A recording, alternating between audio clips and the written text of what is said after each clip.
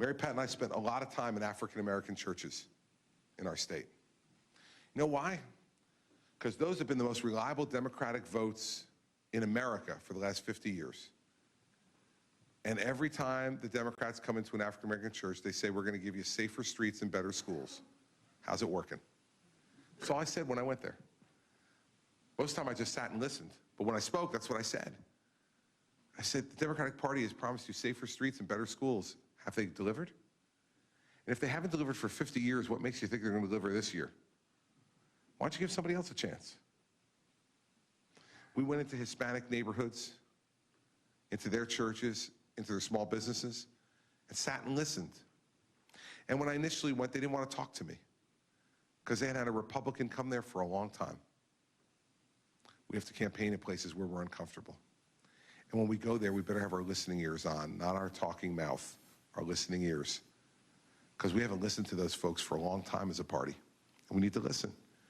If you want to get their vote, you have to listen to folks. You know, whether it's your vote or anybody else's.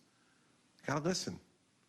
And then you can talk about what it is you dream for them, what your aspirations are for your state or for your country.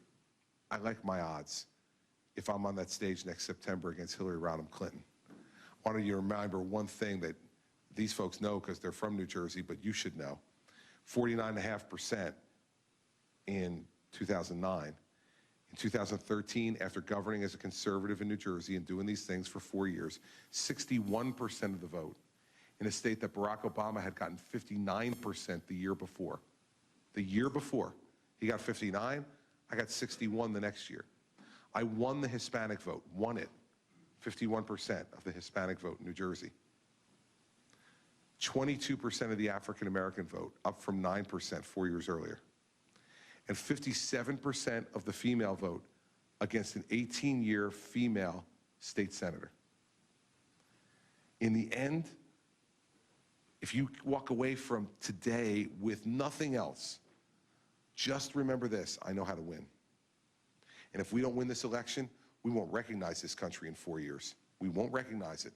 There are no silver medals in this business, everybody. You either win or you go home. And I am out to win this election because our country can't afford to have another 4 years of a Democratic president. That's exactly what I'll say.